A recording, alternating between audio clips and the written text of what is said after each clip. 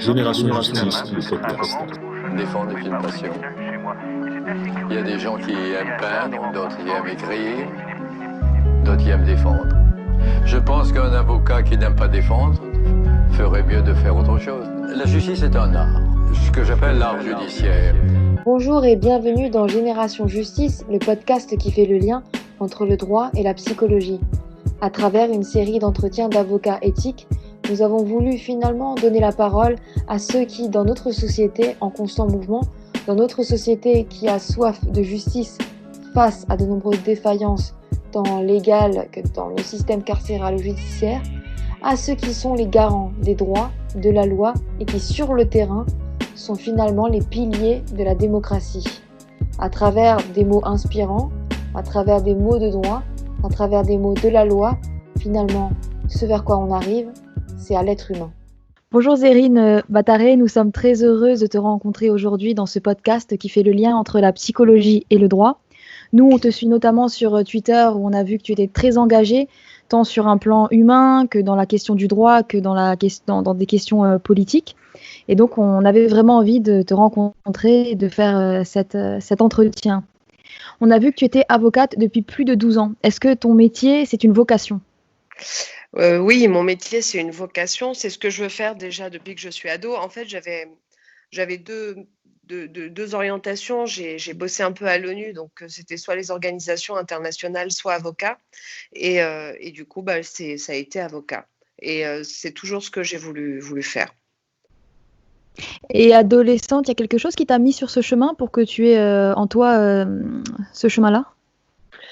Ado, oui, oui. En fait, moi, je suis kurde d'origine, donc je suis depuis très jeune confrontée à l'injustice, au racisme, aussi bien en France qu'en Turquie. L'histoire familiale, voilà, tout fait que j'ai été finalement orientée vers cette voie, vers cette idée. Alors quand on est jeune, j'étais très très idéaliste et je pense que si on n'est pas idéaliste quand on est jeune, c'est un peu un raté. Oui, j'étais hyper engagée jeune et voilà, prise par ce sentiment de vouloir défendre la veuve et l'orphelin, combattre les injustices qui m'étaient déjà insupportables. Et l'idée que j'avais un rôle à jouer, que je pouvais changer les choses et changer le monde. Est-ce qu'aujourd'hui, tu veux changer toujours le monde ? Oui, oui, de manière inavouée, sans doute. En tout cas, je me dis que le monde peut changer. Et en tout cas, je me dis qu'il y a des rapports de force et qu'il faut être du bon côté de la force, quelque part. Et que c'est tout le temps ça et qu'il faut continuellement se battre. Et voilà, en tout cas, ne pas être insensible et toujours réagir et faire ce qu'on peut pour se battre dans le bon côté. C'est très vrai et très beau ton expression, être du bon côté de la force. Toi, quel est ton premier souvenir d'injustice, peut-être dans l'enfance ou quand tu étais petite ? Quel est ton premier souvenir ? Mon premier souvenir, et c'est peut-être, ça n'a en plus rien à voir avec mes origines, etc. Enfin, quand même, c'était quand j'ai vu Mitterrand parler à la télé une fois. Il était président et il s'adressait aux Français. Et il disait chers Français, chères Françaises. Et là, je me suis dit, et alors moi, j'avais pas la nationalité française et je me suis sentie exclue. Et je me suis dit, mais pourquoi est-ce qu'il s'adresse qu'aux Français ? Et voilà, c'est peut-être pas un énorme sentiment d'injustice, d'humiliation, voilà, mais en tout cas, le sentiment que j'étais pas comme les autres. Et je me suis dit, ouais, c'est injuste parce que voilà, moi aussi, on vit ici, quoi. J'avais l'impression que on était à part. Par rapport à ton chemin, justement, ces frontières que tu as traversées, c'est l'histoire du peuple kurde, leur oppression qu'ils ont subie et qu'ils subissent encore, que tu portes en toi. De quelle manière tu penses que ça a impacté, donc effectivement, tes choix professionnels, mais aussi ta manière d'être humaine sur cette terre ? Ça m'a forgée en fait. Ça m'a complètement forgée.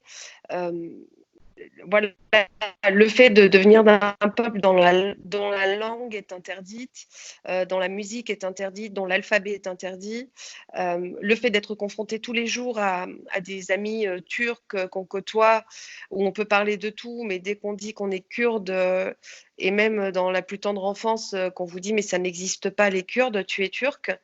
Voilà, c'était une injonction qui m'était faite et dans laquelle je ne me reconnaissais pas. Euh, ensuite, voilà, l'histoire de mon peuple, de voir tout au long de ma jeunesse cette guerre là-bas, de retourner au pays, de voir sur les montagnes écrit en gros vous êtes en Turquie, la Turquie appartient aux Turcs, alors que 90% de la population ne parlait pas un mot de turc, voir des chars, des blindés, des hélicoptères. Voir des affrontements, les entendre, les vivre, avoir peur, voir qu'on ne pouvait pas parler de tout, qu'on devait se taire les soirs parce que les services secrets du mythe donc, qui voilà, traînaient dans les rues, les couvre-feux. Alors j'étais en France, mais je retournais très souvent au pays, les checkpoints aussi. Voilà, ça fait qu'on a une réalité voilà, on n'est pas dans une bulle et ça a suivi après tout le long de mon cursus, voir des députés kurdes se faire emprisonner pendant 10 ou 15 ans uniquement parce qu'ils avaient parlé kurde au Parlement turc. C'était le cas de Leyla Zana. Donc le combat des Kurdes pour l'égalité, voir également voilà, la première guerre du Golfe, ce qui s'est passé, le massacre d'Halabja, où 5000 Kurdes se sont fait gazer au Kurdistan irakien, c'était quelque chose du coup que je ne pouvais pas ignorer, qui faisait partie de mon histoire. Et que je ne pouvais absolument pas ignorer. Certains le font, mais moi, du coup, c'est ce sentiment-là qui m'a poursuivi. Et plus les combats étaient difficiles là-bas en Turquie, où il y avait une lutte armée entre le PKK et puis l'État turc, plus les Turcs ici étaient très violents dans leur discours, dans leur manière de se comporter avec nous, de nous cataloguer comme terroristes tout de suite sans même nous connaître. Donc on a vécu une violence, une double violence, c'est-à-dire le fait d'être immigré en France d'une part, et ensuite, même dans la communauté turque, parce qu'on se côtoie, d'avoir un racisme et voilà, subir cette violence-là. Voilà, en fait, voilà, j'ai une jeunesse qui a quand même grandi dans des rapports assez conflictuels et assez violents, qui m'ont toujours amené à la question, au fait de me dire, mais qui je suis, finalement. Et donc, la question de l'identité, elle est toujours présente parce que finalement, on se demande qui on est. Est-ce qu'on est français? Est-ce qu'on est kurde? Est-ce qu'on est turc? Voilà. Et du coup, oui, ça m'a suivi tout le temps. Est-ce qu'aujourd'hui, tu arrives à savoir finalement qui tu es? Oui, j'arrive à savoir qui je suis, un peu plus avec l'âge. Je suis d'abord une citoyenne, je suis d'abord un être humain qui a des droits et des libertés et des devoirs, certes, mais aussi des droits et des libertés. Aujourd'hui, je me sens complètement française et, et kurde. Et je me sens aussi de Turquie. Je ne suis pas turque, mais je viens de ce territoire qui actuellement est la Turquie. Il y a aucun souci avec ça. Mais je ne me sens pas appartenir à la nation turque. Par contre, la Turquie, c'est voilà, un État composé d'une mosaïque de peuples. Le peuple kurde y est le plus important et en nombre. Mais voilà, je viens de là-bas, mais je suis d'ici. Voilà. Et quel regard tu as sur le fait que selon d'où l'on vient, selon l'état dans lequel on se construit et selon qui on est, eh bien finalement les lois peuvent te définir comme faisant partie d'un mouvement terroriste ou non, parce qu'on a pu trouver ça aussi dans des mouvements, notamment au Sri Lanka, où une des communautés est complètement opprimée par l'autre, et finalement l'appellation terroriste ne veut plus rien dire puisqu'elle est utilisée simplement pour opprimer l'autre. Donc quel regard ça te donne un peu sur cette manière finalement que l'homme a de faire et aussi d'utiliser les lois et le gouvernement pour oppresser et détruire? Absolument. En fait, C'est tout le problème. C'est-à-dire que la loi peut servir aussi bien d'élément émancipateur que d'un élément d'oppression. Et on a un socle qui est absolument extraordinaire, qui sont les droits de l'homme et les droits fondamentaux. Et je pense qu'il faut toujours revenir à la base. La Turquie, comme tous les pays, parce que les mécanismes sont exactement les mêmes dans tous les pays, la notion de terrorisme et la notion sécuritaire sert à museler, à brimer, à faire taire les gens. Et donc, au bout d'un moment, donner une définition, on peut donner la définition qu'on veut au terrorisme et ensuite arrêter, museler qui on veut. Donc, voilà, terrorisme, il faut peut-être revenir aux fondamentaux, c'est le fait de semer la terreur. Je pense qu'il faut, et ne pas avoir derrière de revendications dignes et légitimes. Voilà, je pense, moi, aujourd'hui, voilà, par exemple, moi, je suis accusée de terrorisme, de soutenir un mouvement armé en Turquie. Moi, je ne soutiens pas l'organisation en Turquie. En revanche, la cause et la nécessité d'avoir une lutte armée, je reconnais pleinement qu'à un moment, prendre les armes est la seule manière de reconquérir des libertés. Est-ce qu'aujourd'hui c'est le cas? Je ne le pense pas forcément, mais quand on a un système fasciste, autoritaire, quelquefois, c'est la seule solution et on le voit bien, hein, que l'histoire en Europe, en France et ailleurs. Quand la dignité est anéantie, quand il n'y a plus aucun espoir autre, on ne peut pas blâmer quelqu'un de prendre une arme. Voilà, quand on est réduit au silence, quand on torture, quand on tue, voilà, je peux pas dire moi aujourd'hui, c'est ce qui me pousse à réfléchir. Si peut-être j'avais été au pays, peut-être voilà, si mes parents avaient été tués, si mes frères avaient été torturés ou des gens de ma famille, il est possible, voilà, si on ne vit plus dans un système démocratique ou si les lois et les libertés fondamentales n'ont plus leur place, eh bien ensuite, il reste une issue qui est l'issue armée. Donc je ne peux pas blâmer les Kurdes de ne pas être des agneaux dans un monde de loups et voilà, le Moyen-Orient, c'est quand même très très violent. Donc voilà, je ne légitime pas la violence, mais je dis que la cause est juste et que tout ce que je souhaiterais, moi, c'est que les choses aillent mieux et qu'on n'en soit pas amené à prendre les armes, mais quelquefois, c'est la seule solution.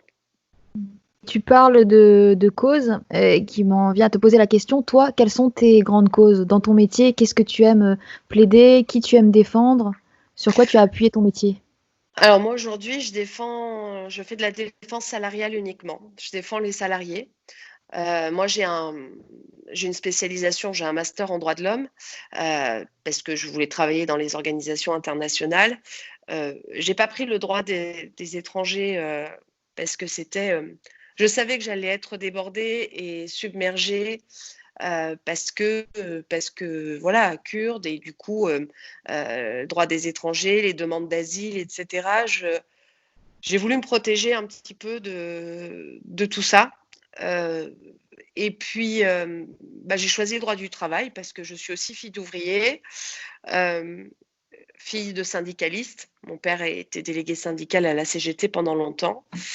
Donc, j'ai quand même pu voir, par le parcours de mon père, la manière dont il a vécu, été traité, ses revendications, ses combats. Et je me suis dit que c'était une manière comme une autre de faire des droits de l'homme. Et voilà. Tu es très investi aussi politiquement parlant. Est-ce que c'est aussi une réponse à cette soif de changer les choses? Oui, c'est un besoin et une soif de changer les choses parce qu'à un moment, mon métier ne m'a plus permis de répondre au sens que je cherchais et que je voulais y mettre dedans. Donc, du coup, j'ai bifurqué vers la politique pour retrouver ce sens-là.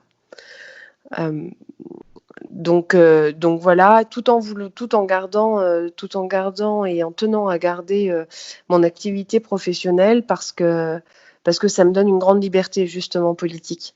Je n'ai pas besoin de poste, d'élu ou quoi que ce soit pour dire ce que j'ai à dire parce que je ne dépends pas économiquement de la politique. Donc c'est un réel outil, un outil formidable d'ailleurs pour dire et militer, pas seulement pour l'aspect des droits fondamentaux, mais militer pour la société, la vie et le monde que l'on veut demain. Zerrine, on sent sur ton compte Twitter, quand tu postes des choses ou quand tu commentes l'actualité, qu'il y a une espèce de révolte par rapport à certaines choses dans ce monde. Et puis tu parlais tout à l'heure de la quête de sens. Est-ce que tu penses que pour nos générations devenues adultes, bon, on est adultes depuis longtemps maintenant, mais pour nous qui prenons place dans la société, qui prenons parole et qui défendons certaines idées, eh bien finalement l'image que nous avions de la société quand nous étions plus jeunes détonne tellement avec ce que nous rencontrons aujourd'hui que du coup, ça ne peut que nous inciter à une révolte, et une révolte citoyenne, mais à une forme de révolte. Oui, en fait, ce qui nous a forgé, nous, c'est cette révolte dont je parlais, mais en réalité, le monde actuel, il est tout aussi révoltant, il a toujours été révoltant. Il y a toujours des injustices. Il y a toujours de quoi être révolté. Et cette révolte, elle est saine. Donc, c'est une histoire sans fin en réalité. Et tant qu'il y aura de la révolte, tant qu'il y aura cette envie-là, il y aura des combats à mener. Le monde n'est pas forcément, à mon avis, plus injuste aujourd'hui qu'hier. Il l'a toujours été.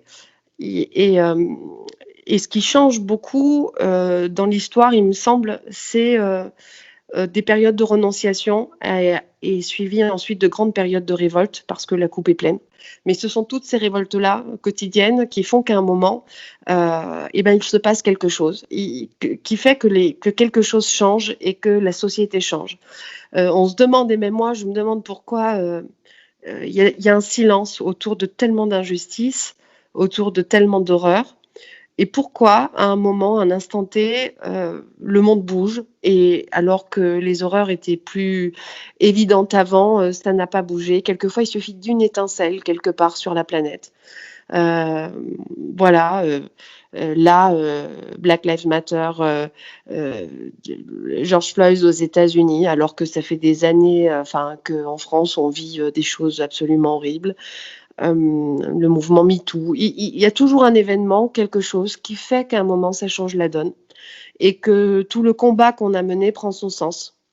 Donc moi par exemple pour la cause kurde, je pense que ce jour arrivera aussi pour nous. Je pense que pour les mouvements antiracistes c'est en cours. Pour la justice sociale, ce sera également une évidence à un moment ou un autre. Mais quelquefois, il faut de gros chocs ou un événement comme ça pour que on prenne conscience de plein de choses. Et quelque part, par exemple, on discute des statuts, on discute de plein de choses, des questions qu'on remet à l'ordre du jour qu'on ne se serait jamais posées avant, les marques sur Banania et autres. C'est très sain que le débat ait lieu. C'est arrivé aussi pendant la lutte contre l'homophobie, faire reconnaître l'homosexualité comme quelque chose de tout à fait entre guillemets normal. Donc il y a des étapes qu'il faut absolument passer pour aboutir à de la tolérance. Les débats actuellement, par exemple en France, sont très très violents, mais c'est un passage à mon sens utile et nécessaire. Et c'est toujours de cette manière-là qu'on arrive finalement à un moment ou à un autre à changer les choses. Donc je ne désespère jamais, mais les révoltes sont toujours saines et elles mènent à un moment ou à un autre à un résultat. Oui, je te rejoins sur ce point. Je pense qu'effectivement, on a besoin de révolte pour arriver à changer les choses. Et même à l'intérieur de soi, finalement, c'est toujours les périodes de crise qui poussent l'individu dans sa singularité comme dans la collectivité à faire mieux, à changer ou à bousculer les choses. Donc je pense exactement comme toi, on a besoin finalement de ces révoltes. Ouais, et puis la révolte, elle est constructrice. Moi je le vois. Quand vous voyez une mère se faire tuer, quand vous voyez des enfants se faire gazer, quand vous voyez vous êtes révolté. Vous êtes révolté, et puis cette révolte, qu'elle ne se transforme pas en haine, et c'est tellement facile de faire des généralités et de dire je voudrais qu'ils crèvent tous, c'est tellement facile, mais elle nous pousse aussi à nous questionner et ensuite faire la part des choses. Dans chaque révolte, il y a toujours un excès, et après il faut que la résoudre dessus et de résoudre de voir ce qui est juste, à prendre, à laisser. C'est ce qui fait que quand on est révolté, voilà, il y a des choses qui explosent. On ne peut pas être révolté et ne pas exploser. Moi, je pense à l'infirmière, là, Farida, par exemple. On lui reproche d'avoir jeté des cailloux. On voudrait qu'il y ait une révolte saine, une révolte mesurée, réfléchie, mais être révolté en soi, c'est quelque chose d'explosif. Et ensuite, dans un second temps, on peut raisonner, etc. Mais donc, c'est pour ça que les débats sont aussi houleux. Et moi aussi, des fois, je surréagis sur Twitter. Combien de fois j'ai écrit des tweets, je les ai réeffacés en me disant non, là, t'es en train de réagir, il y a trop d'émotions, il y a trop de. Voilà, voilà, je trouve que la révolte est hyper enrichissante, mais elle peut être destructrice si on ne fait pas après attention à la manière dont, dans un second temps, on l'exprime et on en fait quelque chose. Et toi, pour te construire de cette manière-là, est-ce que tu as eu des modèles d'inspiration depuis ton plus jeune âge jusqu'à maintenant? Est-ce que des gens t'ont inspiré à devenir? Moi, oui, j'ai rencontré des gens sur mon passage pour gérer cette révolte-là, mais pas que par rapport à la Turquie ou aux Kurdes, par rapport à ma place en France aussi. Moi-même qui pourtant et pas été dans des quartiers réellement. Voilà, j'ai toujours plus ou moins vécu en zone pavillonnaire, etc. À chaque fois que j'ai moi-même été confrontée, par exemple, au racisme, etc., j'avais un rejet du sentiment d'être français. Je me disais, si on me voit pas comme une Française, je serai jamais une Française, donc je suis pas une Française et qu'ils aillent se. Et puis ensuite, oui, j'ai rencontré des gens sur mon passage qui m'ont appris à réfléchir et à en faire quelque chose, comme je disais, à en faire quelque chose de constructif, à remettre les choses en place. À me faire à comprendre que le problème ne venait pas de moi mais d'eux, à me faire dire que par exemple j'avais le droit de me considérer comme française et que je l'étais, mais que j'avais le droit d'être française autrement que comme on me faisait injonction de l'être. Des dossiers aussi, des dossiers que j'ai eus pour défendre certaines personnes. Oui, j'ai rencontré beaucoup de gens et ça, c'est la vie et on apprend, on fait beaucoup d'erreurs, mais on apprend et on arrive à distinguer ensuite le juste, en tout cas de ce qui nous semble juste, de comprendre aussi les principes fondamentaux de notre profession, de comprendre ce que sont les principes. Oui, et du coup, une fois qu'on a... mon métier qui véhicule quand même, en tant qu'avocat, on est quand même les sentinelles des libertés, les garants de la démocratie, ça je l'ai vite assimilé, et donc une obligation de me renseigner et d'être à jour de ce que ça emportait comme positionnement. Sur la tolérance, sur les principes, et ce qui fait que souvent nous les avocats on a beaucoup de mal à nous comprendre. Je parle par exemple à tout ce militantisme que j'ai eu par rapport aux enfants français retenus en Syrie, par rapport au fait qu'on ne rapatriait pas en France les djihadistes condamnés à mort dans les Français condamnés à mort qui ne pouvaient pas être jugés en Syrie ou condamnés à mort en Irak, pas par adhésion et parce que j'aime me défendre des djihadistes, mais au nom de nos principes démocratiques et ce qui fait qu'on est justement différents d'eux. Et c'est toujours très très difficile à faire comprendre et quelquefois ça nous semble inné et c'est difficile à faire comprendre. Donc oui, les expériences, mon métier en gros, les gens que j'ai découverts dans le cadre de ma profession m'ont beaucoup appris. Et ma profession, le sens du métier d'avocat et du rôle qu'on a joué dans cette société m'a énormément appris et m'a permis de me forger. Tu parlais tout à l'heure du droit de se sentir français ou française et justement finalement que cette identité française, c'est pas quelque chose qu'on donne, c'est un droit. Celui qui est français d'une manière ou d'une autre, il est français, on peut pas le remettre en question. Donc moi j'ai l'impression que ceux qui connaissent la loi, ils ont plus de moyens que de se protéger que ceux à qui on n'a pas donné ces outils-là. Et finalement dans notre société, on n'a pas par exemple depuis le plus jeune âge des cours de droit.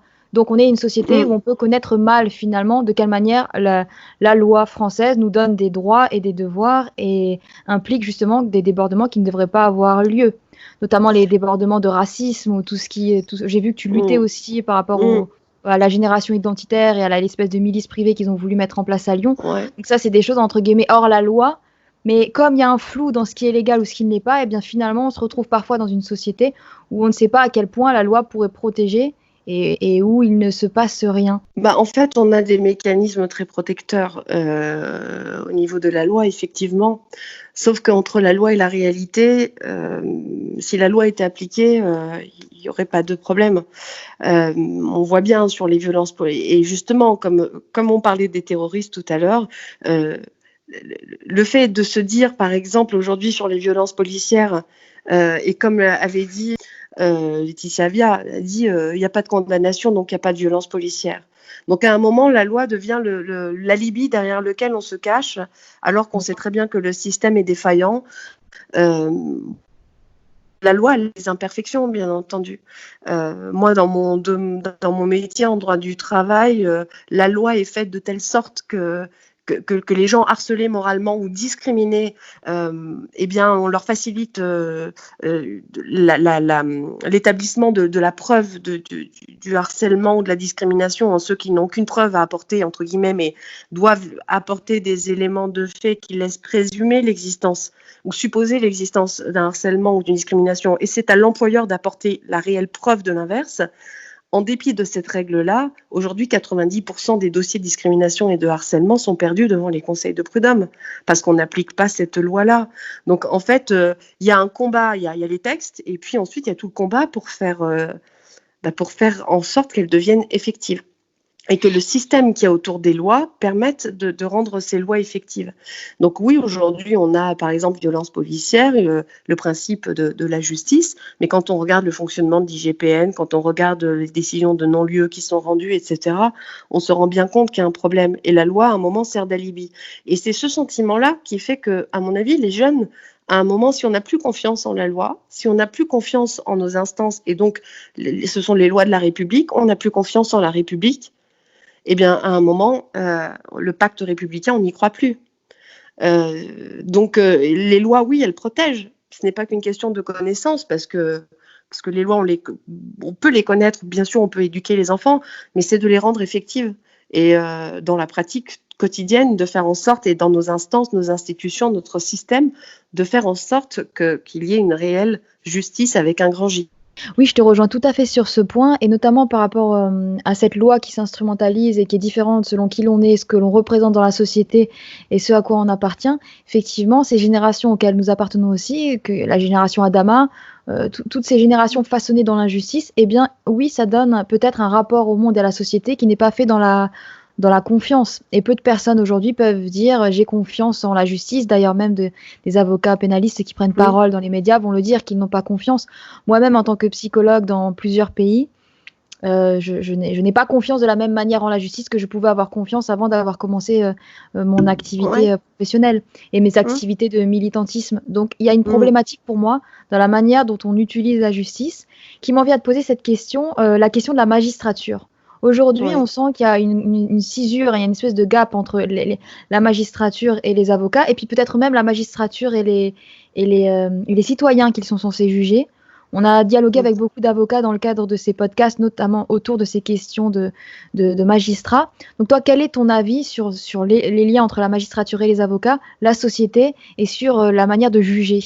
La justice, elle peut pas être apaisée et parce que on est en termes déjà les sinistrés, en termes de budget consacré à la justice, on est après l'Arménie et l'Azerbaïdjan, quoi.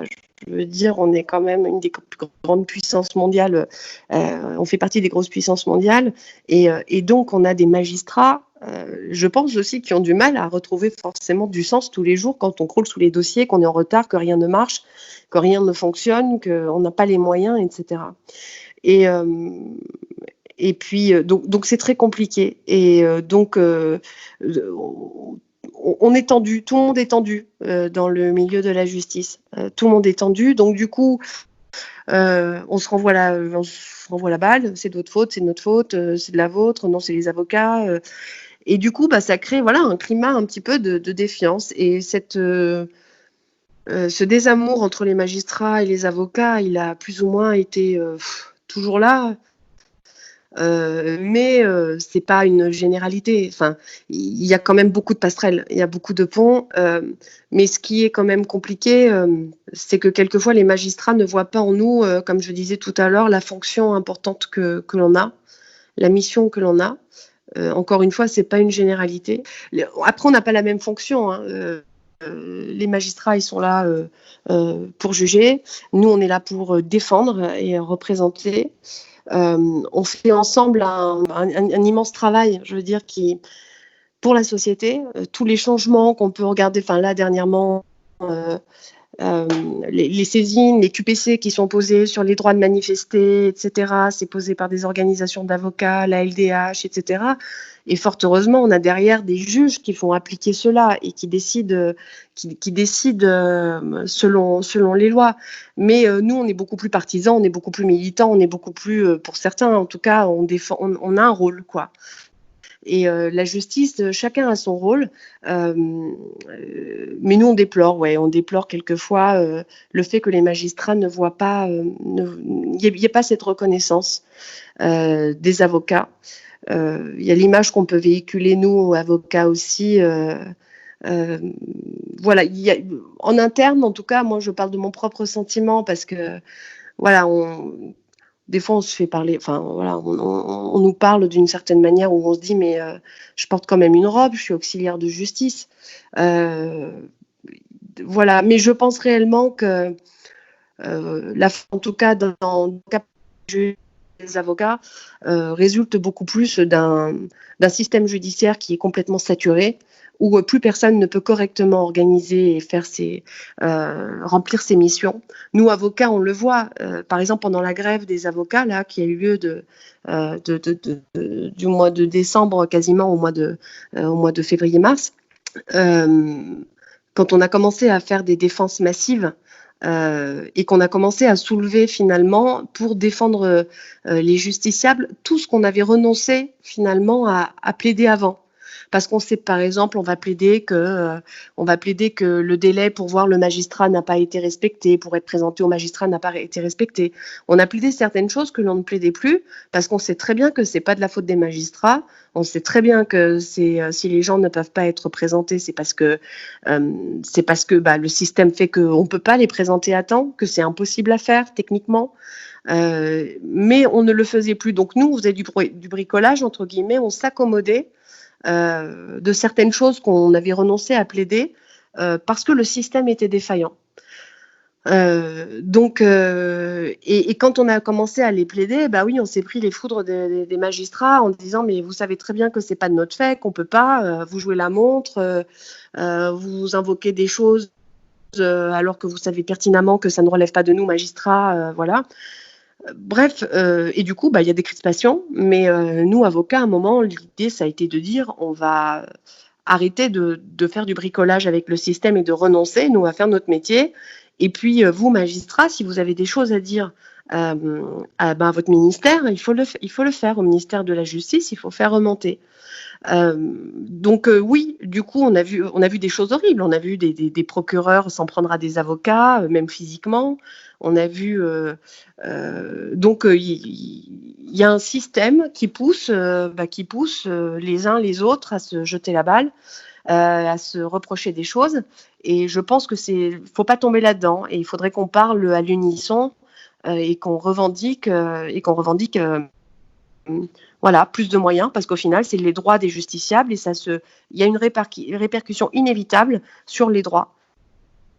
Voilà, mais on a tous, aussi bien les magistrats que nous, les avocats, il ne faut pas oublier que le pouvoir judiciaire, enfin entre guillemets, oui, c'est un pouvoir, c'est un contre-pouvoir en tout cas. La justice est un contre-pouvoir très puissant. Et que si on n'assure pas l'indépendance de la justice et les moyens, elle ne peut plus jouer ce rôle de contre-pouvoir.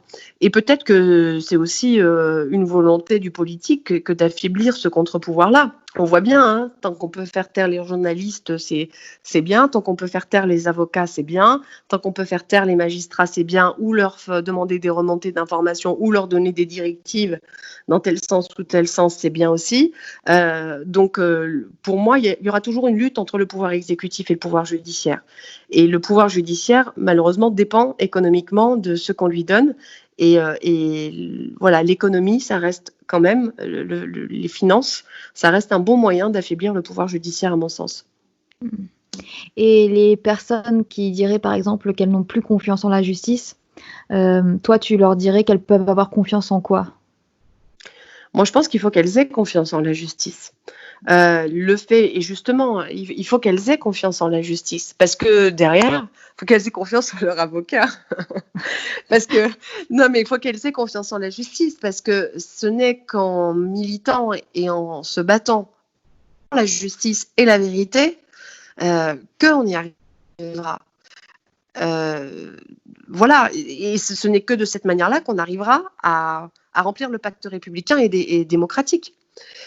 Donc, il faut continuer à se battre pour la justice, mais d'un autre côté, il faut s'engager politiquement, il faut militer, il faut être révolté et puis faire quelque chose de cette colère qui soit constructive. Je disais, il faut garder confiance en la justice parce que c'est le seul moyen, c'est le contre-pouvoir.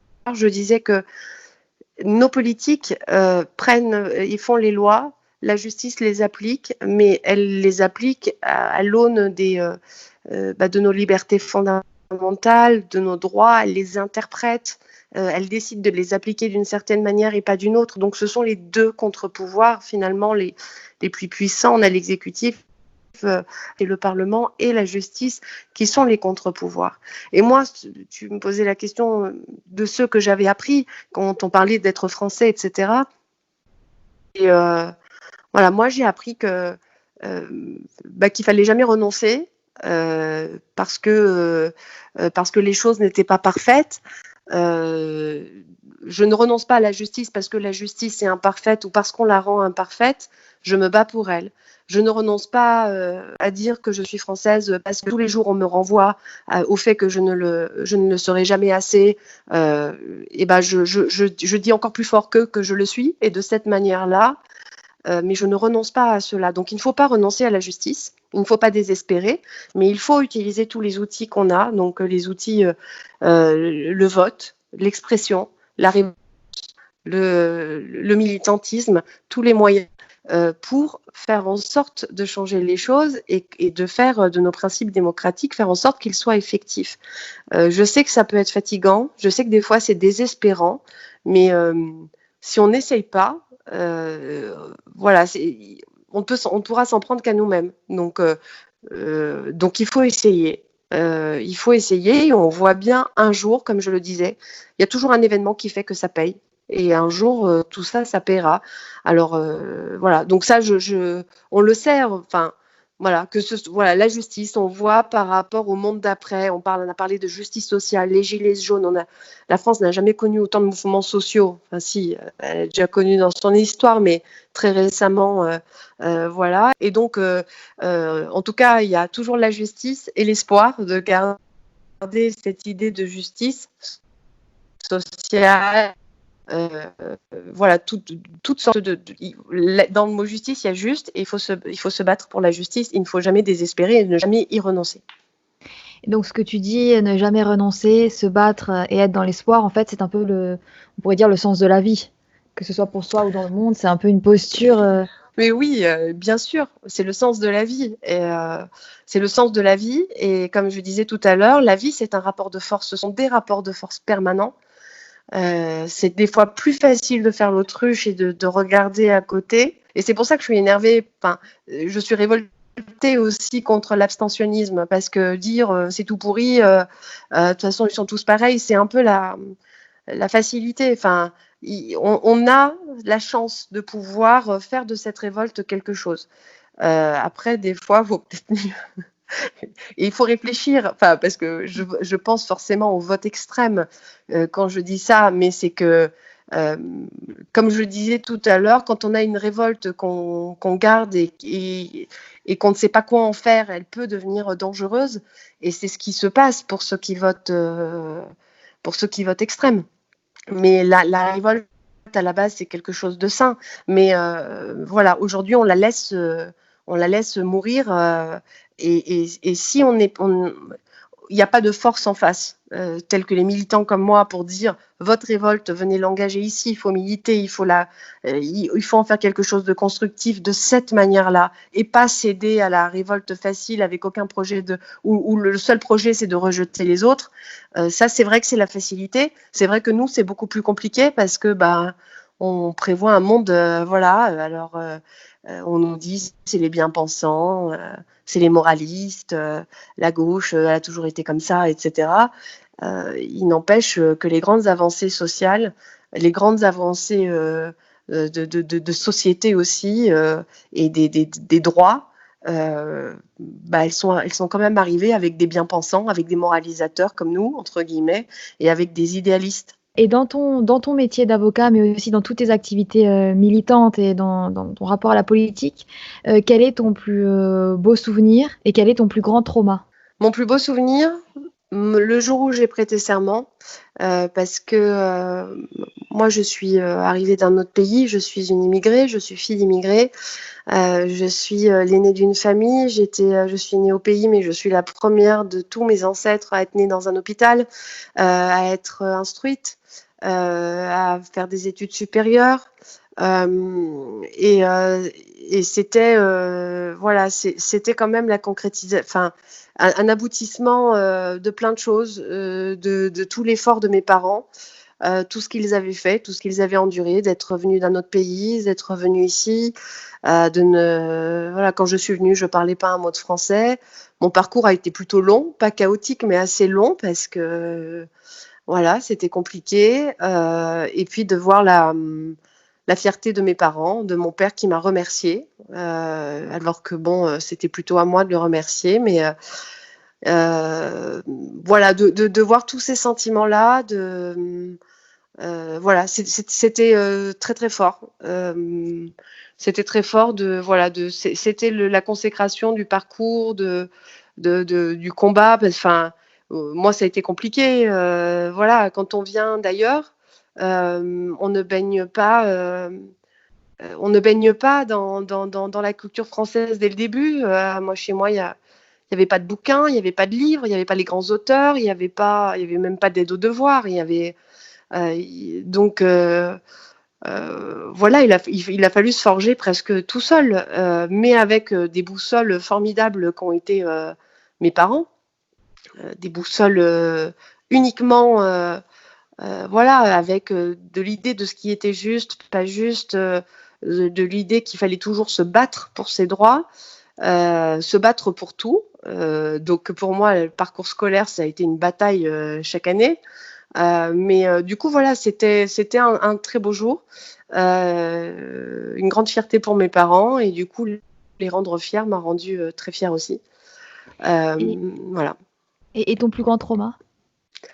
Mon plus grand trauma, il n'y a pas si longtemps que ça, alors plus politique, j'étais candidate aux élections européennes, et moi, venant du Moyen-Orient, et étant aussi concernée par le sort, par exemple, des chrétiens d'Orient, je suis allée à une conférence ici à Lyon d'un groupe qu'on appelle SOS Chrétiens d'Orient. Ils avaient passé un très beau film sur la solidarité entre les musulmans et les chrétiens en Syrie, avec la guerre qu'il y avait. Donc c'était formidable, c'était un très beau film. Et puis, alors les gens parlaient en arabe, aussi bien les chrétiens que les musulmans. Et forcément, pour dire Dieu, il n'y a pas 36 000 façons en arabe. Donc de temps en temps, il y avait les mots Allah, Hamdullah, machin, etc. Très bien.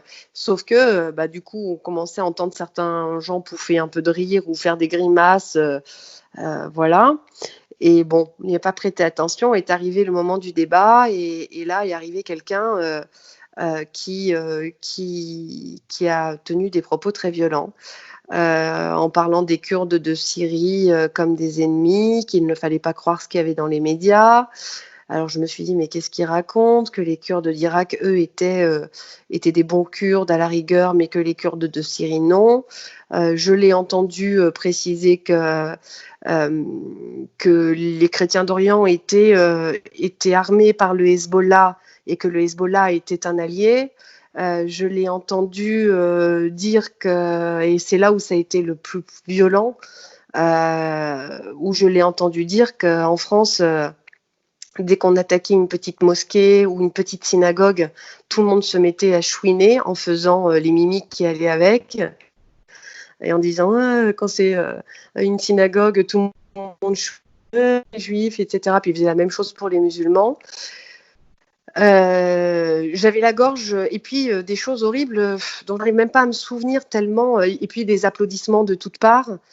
Et que quand c'était les chrétiens, personne ne disait rien.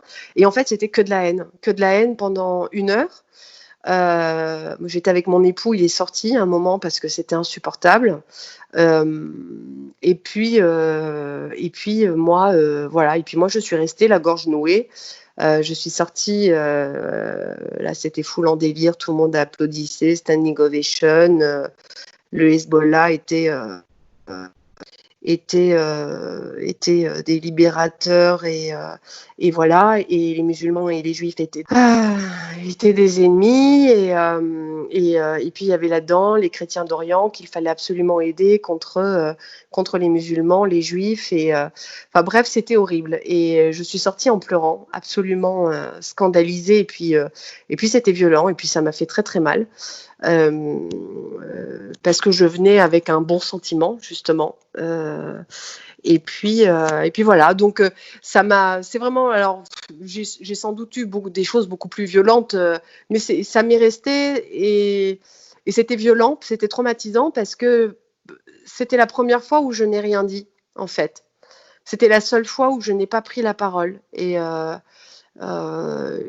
ça m'est resté de travers parce que d'habitude je parle, d'habitude je dis, mais j'étais seule et ça n'aurait pas été constructif, ça n'aurait servi à rien, je me serais exposée à de la violence voilà, gratuite et voilà, c'est la preuve que quand on est seul, on est quand même beaucoup moins fort.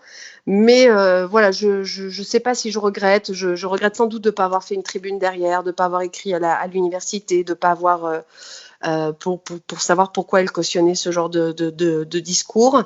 Mais voilà, c'était traumatisant et ça l'a été plus parce que je n'ai rien dit.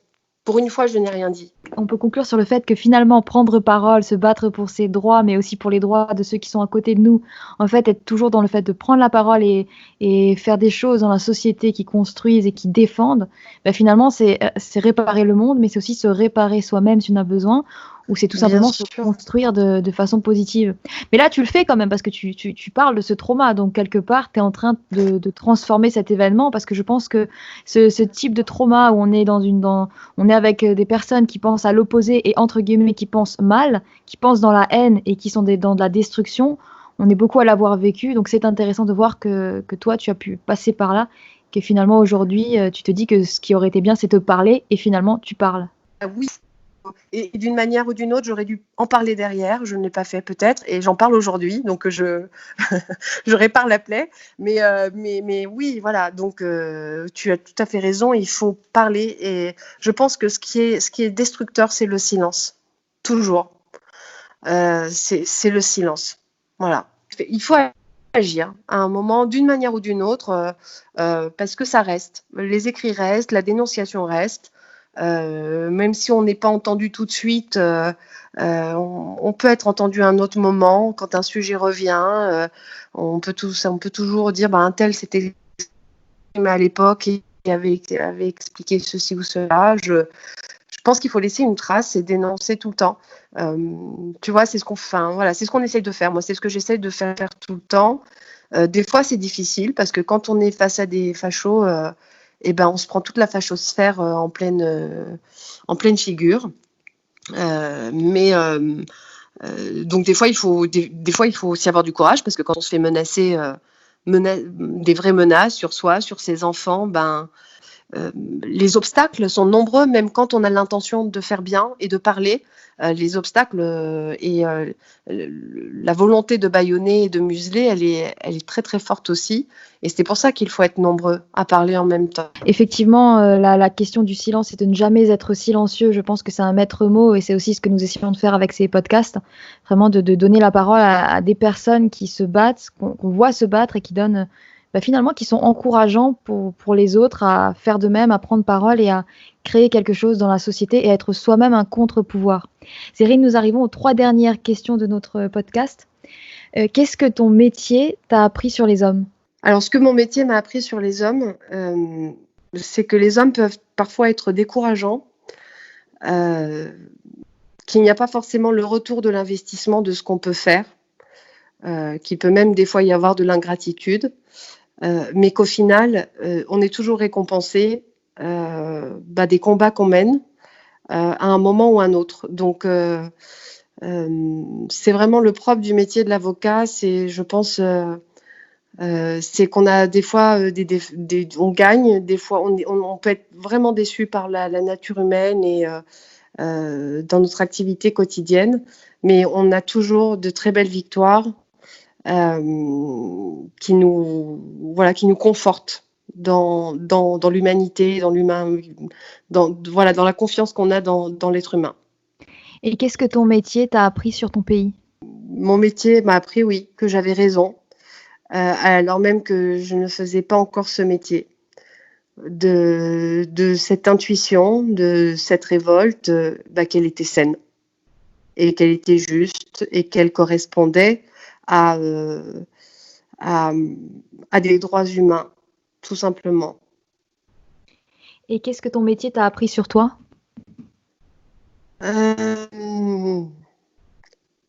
Que j'étais pas si nulle que ça finalement. Mais tu as cru un jour que tu étais nulle ? Ah oui, comme tout le monde. Enfin, comme je pense beaucoup de femmes, beaucoup de gens issus de la diversité, oui, bien sûr. Oui, quand on plaide, on est dans un combat et perpétuel. Enfin, on plaide, on défend un dossier. C'est une bataille avec la partie adverse au moment de la plaidoirie. C'est une bataille juridique aussi sur des dossiers. Et j'ai été effectivement, mes premiers sentiments, c'était quand j'ai quand même commencé à faire mon stage chez une maître de stage qui arrêtait pas de me dire voilà, c'est génial. J'étais moi-même étonnée à chaque fois qu'elle me le disait. Donc ça m'a permis de me rendre compte que oui, j'étais pas nulle. Et qu'est-ce que tu as trouvé en toi quand tu dis j'étais pas nulle ? Qu'est-ce que tu as trouvé en toi que tu ignorais ? Que je savais raisonner, que non mais je pense qu'il y a un peu de tout. Il y a le fait d'être une femme, le fait de venir d'ailleurs, le fait de pas avoir confiance en soi forcément, le fait d'avoir ce syndrome de l'imposteur qu'on a continuellement nous les femmes, le fait d'être jeune. J'ai beaucoup de caractère, donc et je suis très fière, donc à chaque fois les études ont toujours été un moment année après année où c'était l'occasion de prouver tu vois, je suis en train de réaliser aussi, mais de prouver que je pouvais le faire, parce que dès mon jeune âge, on m'a dit que je ne pouvais pas le faire. On m'a orientée très rapidement vers le secteur le professionnel, entre guillemets, le cursus professionnel.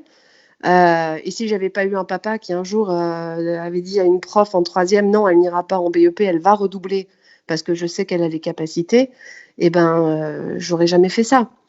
Donc du coup, tous ceux qu'on a croisés sur nos routes,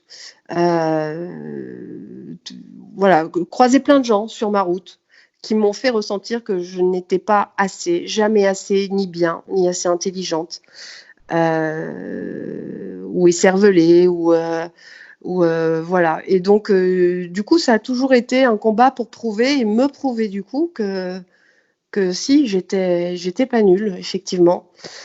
Donc, que je savais plaider, que je savais raisonner, que je savais réfléchir, que ce que je disais n'était pas bête, finalement, même quand ça venait de moi.